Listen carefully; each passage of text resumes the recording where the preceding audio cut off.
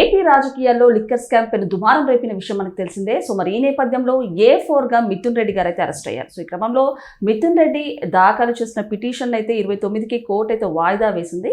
So మరి ఈ క్రమంలోనే తనకు సహాయకుల్ని ఏర్పాటు చేయాలంటూ కూడా మిథున్ రెడ్డి గారు ఆదేశించినట్టు తెలుస్తుంది. మరి దీని గురించి డిస్కస్ చేయడానికి మనతో పాటు డాక్టర్ దుర్గా వడ్లమాన్ గారు ఇప్పుడు మనతో ఉన్నారు. నమస్తే మేడం. నమస్తే అండి మేడం. మరి లిక్కర్ స్కామ్ ఎంత పెద్ద సెన్సేషన్ క్రియేట్ చేసిందో అందరికి తెలిసిందే. అలాంటిది మిథున్ రెడ్డి గారు అరెస్ట్ అయ్యారు. అండ్ అలాగే ఏదైతే అతను పిటిషన్ దాఖలు చేశారో 29కి కూడా కోర్టు అయితే వాయిదా వేసింది.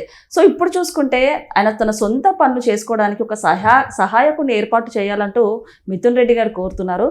ఏంటి మేడం, అంతకుముందు కూడా కొన్ని ప్రత్యేక వసతుల్ని ఆయన కోరారు, ఇప్పుడు చూసుకుంటే సహాయకుల్ని కోరుతున్నారు. ఏంటంటారు? ఈ జెడ్ కేటగిరీ వాళ్ళకి ఇవన్నీ ఫెసిలిటీస్ కంపల్సరీ మ్యాండేటరీ అంటారా?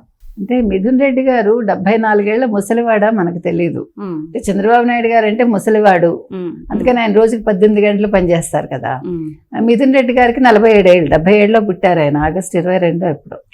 కాబట్టి ఇప్పుడు ఆయన జన్మదినం కూడా మరి జైల్లో జరుగుతుందా బయట జరుగుతుందా మనకు తెలియదు. నెక్స్ట్ మంత్ అంటే ఈలోగా ఇవాళ ఆయనకి బెయిల్ పిటిషన్ వేస్తే కోర్టు ఇవ్వలేదు, 29కి వాయిదా వేసింది.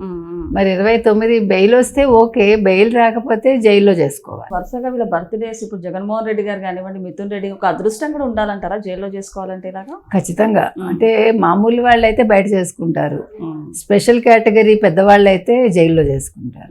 అంటే వీళ్ళందరూ కూడా చాలా గొప్పవాళ్ళు కదా. ఇప్పుడు చంద్రబాబు నాయుడు అంటూ వాళ్ళు పలకరిస్తారు, ఎవరు రోజా లాంటి వాళ్ళు. ఎందుకంటే తెలుగుదేశంలో పుట్టి తెలుగుదేశంలో పెరిగి రాజకీయంగా ఒక కనీస మర్యాద ఇవ్వడం తెలియని వాళ్ళు వీళ్ళందరూ. అంటే నేను ఎందుకు ఈ మాట అంటున్నానంటే, ఇవాళ ఆయన ఒక సహాయకుడిని అడిగారు, ఎవరు? మిథున్ రెడ్డికి 47 ఏళ్ళు. సో హీ కెన్ డూ కదా, ఆయన పనులు ఆయనంతటా ఆయన చేసుకోగలరు. ఇప్పుడు ఒక సహాయకుడు మీకు ఎప్పుడు కావాలి? మీకు కాలు సరిగా లేకపోతేనో, లేకపోతే చెయ్యి సరిగా లేకపోతేనో, కళ్ళు కనిపించకపోతేనో, చెవులు వినిపించకపోతేనో, అంటే ఓవరాల్ గా మీరు అనారోగ్య సమస్యలతో ఉంటే మీకు ఒక సహాయకుడు కావాలి. ఇక్కడ మనకు అర్థం కాల. అందుకని ఆ జైలు సూపరింటెండెంట్ ఎవరైతే ఉన్నారో రాహుల్ గారు ఒక రివ్యూ పిటిషన్ వేశారు, ఆయన సహాయకుడు ఎందుకు ఇవ్వాలి అని. అంటే ఇటువంటి నియమం ఇంతవరకు లేదు, ఇప్పుడు కొత్తగా ఏసీబీ కోర్టు ఇచ్చింది ఆయనకి సహాయకుడిని ఇమ్మని. సో దీని మీద పునరాలోచించాలి అని, అంటే మీరు చెప్పండి అని కోర్టుని రిక్వెస్ట్ చేశారు. మేల్ నర్సింగ్ ఆర్డర్లీ అంటారు, లేదంటే ఫీమేల్ నర్సింగ్ ఆర్డర్లీ అంటారు. అంటే అక్కడ వాళ్ళకి ఇచ్చే సహాయకులను అనమాట.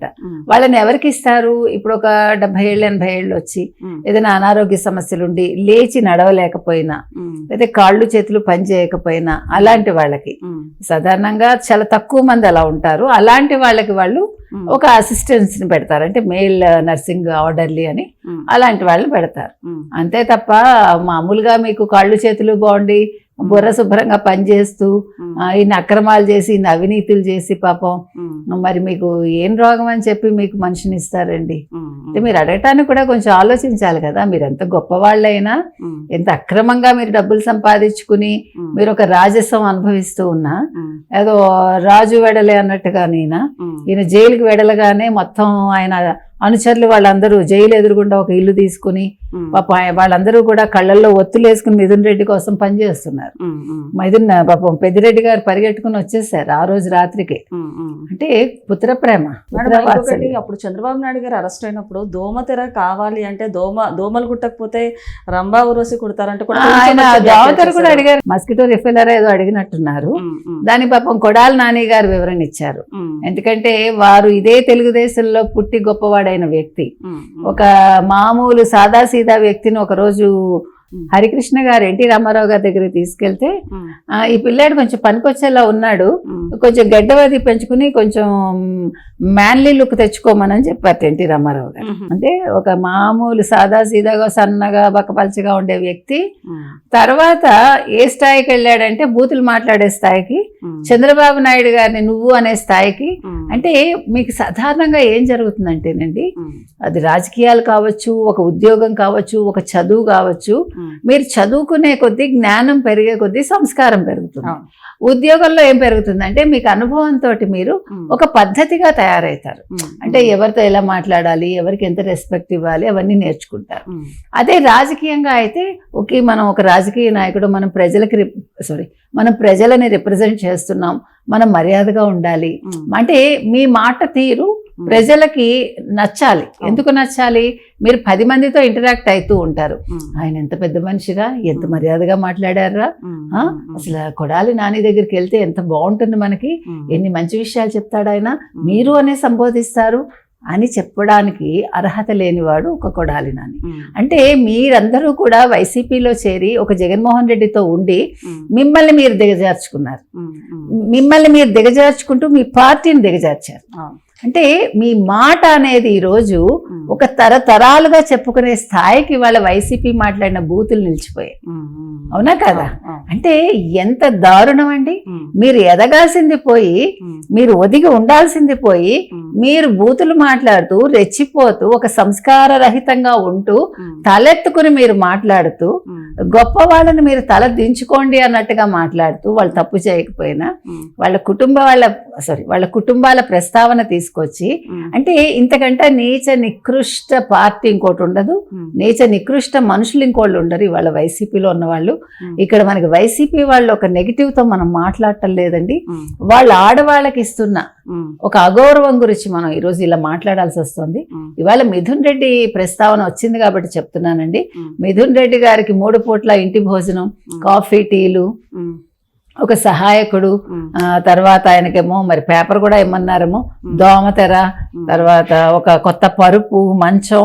ఆయన పెళ్లి కొడుక మనకు తెలియదు. ఒక ఎంపీ అయితే ఏంటండి నాకు అర్థం కాలే, నిజంగా అడుగుతున్నా. మీరు రాజ్యాంగం మారుస్తారో ఏం మారుస్తారో మనకు తెలీదు. ఎమ్మెల్యేలు, ఎంపీలు వీళ్ళందరూ ప్రజల చేత ఎన్నుకోబడిన వారు. ప్రజలు ఇష్టపడితే ఎన్నుకున్నారు. వీళ్ళు ఎన్నికల్లో వీళ్ళు ఓట్లు వేసి గెలిపించారు. అటువంటి వ్యక్తి, నేను అసాధారణమైన వ్యక్తిని, నేను మామూలు వ్యక్తుల కంటే భిన్నమైన వాడిని, నేను చాలా ఉన్నతుడిని అనుకుంటూ ఇన్ని కోరికలు కోరడం అనేది సబబుగా లేదండి. మీరు నిజమైన గొప్ప నాయకుడైతే ఏమంటే ఎంతమంది స్వాతంత్రోద్యమంలో జైలుకి వెళ్ళలేదు? వాళ్ళు ఎలా ఉన్నారు? వాళ్ళు అసలు ఏమి, వాళ్ళకి కనీస వసతులు ఇవ్వకపోయినా కూడా వాళ్ళు గొప్ప గొప్ప పుస్తకాలు రాశారు జైళ్లలో ఉండి. మీరు శుభ్రంగా తిని పడుకుంటాం మేము, మాకు రాజభోగాలు ఇవ్వండి అని అడిగితే అసలు మీరు ఎంపీగా తగుతారా? మీరు ఇంకొక పెద్ద సందేహం ఏంటంటే నాకు, ఇప్పుడు ఈ శిక్ష కనుక ఖరారైతే ఈయన ఎంపీ పదవికి రాజీనామా చేయాలి కదా.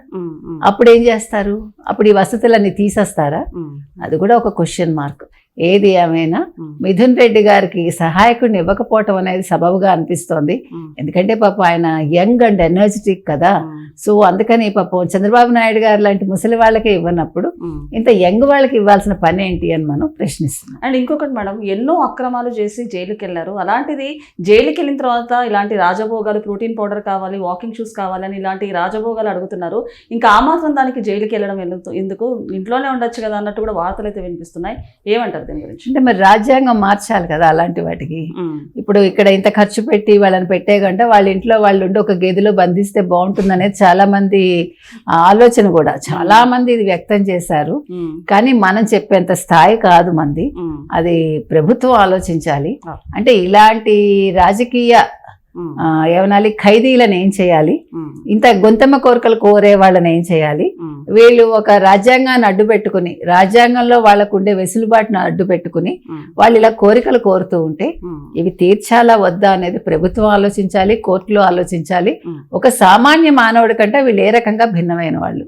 ఒక సామాన్య పౌరుడు ఓటు వేస్తే ఎన్నుకున్న ఈ ప్రజా ప్రతినిధులు ఎవరైతే ఉన్నారో, మరి వీళ్ళు ఇంత అన్యాయాలు, అక్రమాలు చేసినప్పుడు ఓకే, నేరం రుజువు కాకపోయినా కూడా ఒక నేరస్తుడిగా పరిగణించినప్పుడు అలాంటి వాళ్ళని ఏం చేయాలి, వాళ్ళకి ఎలాంటి ఫెసిలిటీస్ ఇవ్వాలి అనేది నిర్ణయించాల్సిన బాధ్యత కోర్టులదండి. Okay madam, thank you.